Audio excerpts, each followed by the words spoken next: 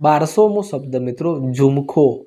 ઝુમખોને અંગ્રેજીમાં શું કહેવાય? તો ઝુમખોને અંગ્રેજીમાં કહીશું બંચ.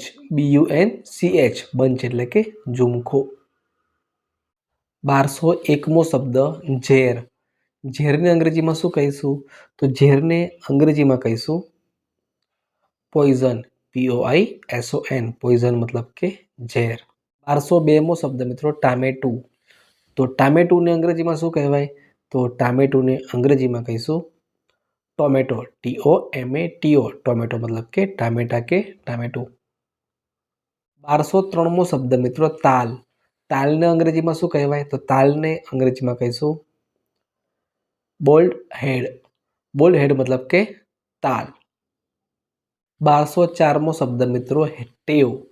ટેવને અંગ્રેજીમાં શું કહેવાય? તો ટેવને અંગ્રેજીમાં કહીશું હેબિટ. HABIT. હેબિટ મતલબ કે ટેવ. 1205મો શબ્દ મિત્રો ઠળિયો. ઠળિયોને અંગ્રેજીમાં શું કહીશું? તો ઠળિયોને અંગ્રેજીમાં કહીશું hard seed. HARDSEEDS. Hard seed મતલબ કે ઠળિયો. 1206મો શબ્દ ઠેસ લાગવી. ઠેસ લાગવીને અંગ્રેજીમાં શું કહેવાય? તો ઠેસ લાગવીને અંગ્રેજીમાં કહીશું to trip. TOTRIP. To trip મતલબ કે ઠેસ લાગવી. 1207મો શબ્દ ડુંગળી.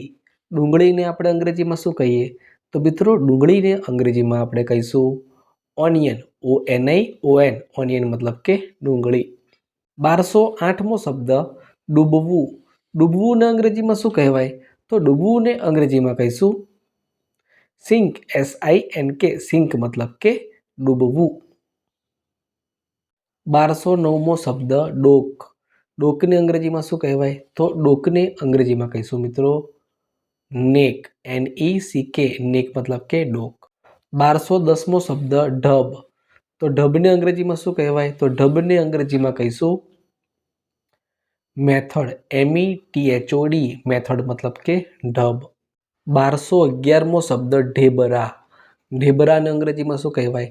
તો મિત્રો ઢેબરાને અંગ્રેજીમાં કહીશું a fried pancake. FRIED. Fried. PANCAKE. તો આને કહેવાય a fried pancake. Fried pancake મતલબ કે ઢેબરા. 1212મો શબ્દ મિત્રો ઢોસા. ઢોસા એક સાઉથ ઇન્ડિયન આઇટમ છે. સફેદ કલરનો પૂડો હોય છે, એમાં બટાકાનો માવો ભરીને જે આપણે ખાઈએ છીએ એ ઢોસા તમે બધા જાણતા જ હશો. તો ઢોસાને અંગ્રેજીમાં શું કહેવાય? તો મિત્રો ઢોસાને અંગ્રેજીમાં ઢોસા જ કહેવાય છે, જેનો સ્પેલિંગ થાય છે DOSA. ઢોસા.